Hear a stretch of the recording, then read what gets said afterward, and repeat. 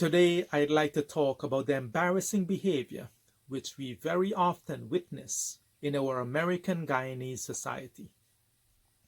In these modern times, with libraries of information and extensive knowledge accessible by one single click, one would think that the human mind is evolving and that we would see this evolved human mind in an evolved human behavior. But sometimes it is so disappointing to see that this is not always the case. So I feel that I must ask this question. Is nothing sacred for some of us? Is self-respect, respect for others, and a self-established, slightly high standard of behavior that uncommon?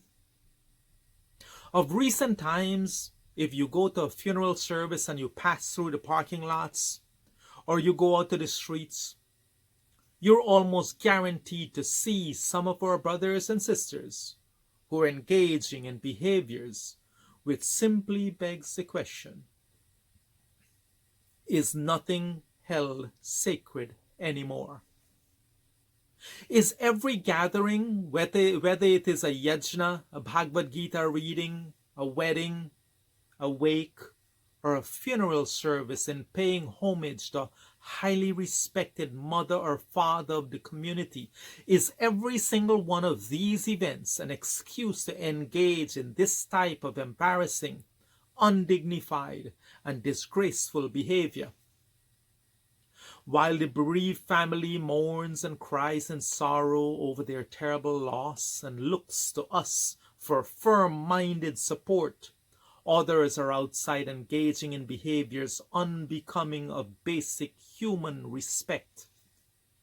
In fact, it is downright disrespectful, and those who propagate, encourage, participate in, or even tolerate this trend, this behavior, should really question the functioning of their own moral compass.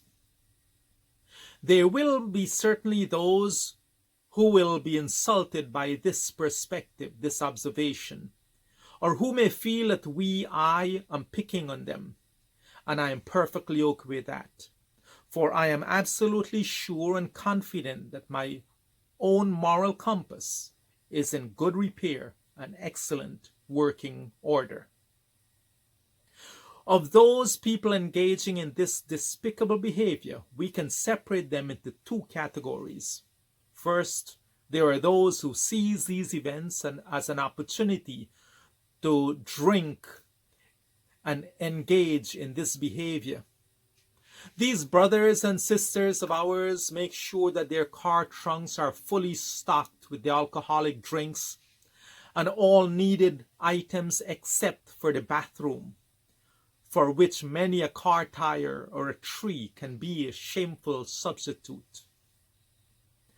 Those very generous brothers of ours make sure that they provide everything needed for the festivities. They seem to look forward, especially for death events, to party and show their disturbing generosity. In the second category are those of our brothers and sisters who are like the meek, mindless, and timid sheep. They follow wherever that path of debauchery leads them, even if it is over that proverbial moral cliff over which they surrender and toss their pride and their decency. They're easily drawn to the free stock of alcohol in the car trunks like the hapless fly to the free and plentiful honey. I ask you, where is your pride?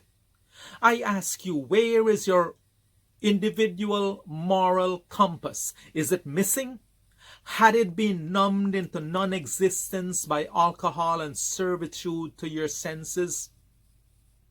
This is an appalling behavior which I have not witnessed or heard of in any other culture or religion.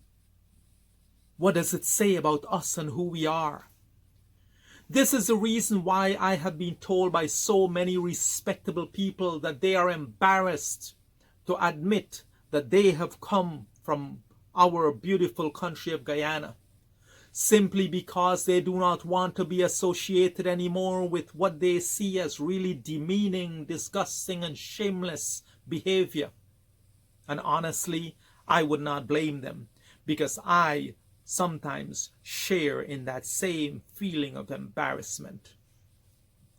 Which is why I am asking these questions.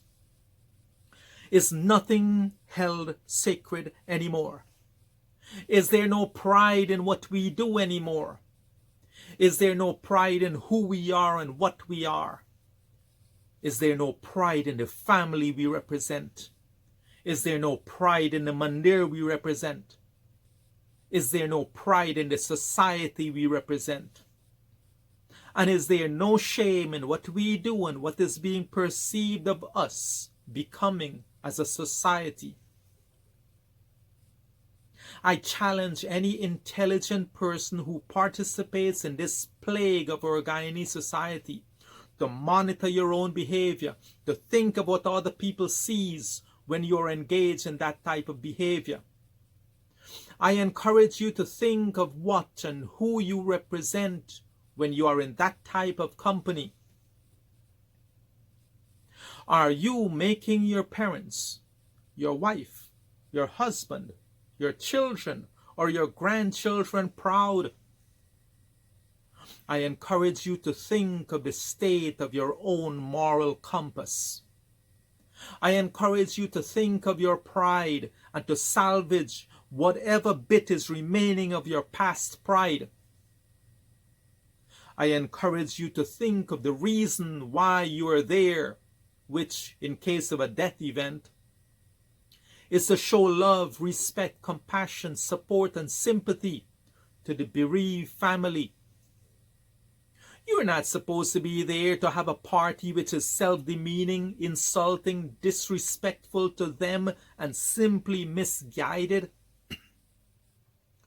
To those who were negatively impacted, insulted, or hurt at one time or another by this familiar scene, on behalf of those of my brothers and sisters who are respectful, kind, tolerant, compassionate, loving, and sympathetic, I apologize for those of our brothers and sisters who are not respectful, who are not kind, who are not tolerant, compassionate, loving, and sympathetic.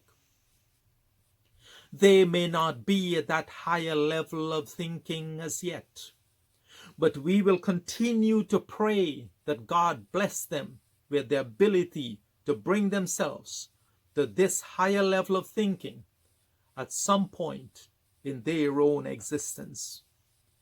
I ask all decent, upstanding, and proud children of God that if you have brothers, sisters, fathers, or any family member who engages in this type of behavior, to help them by actively engaging them in discussions, to desist from such demeaning and self-destructive activities. And for those of you who may question this perspective, feel offended or insulted, may God bless you with all that is good, and may God be with you at every step. Om Shantihi, Shantihi, Shantihi.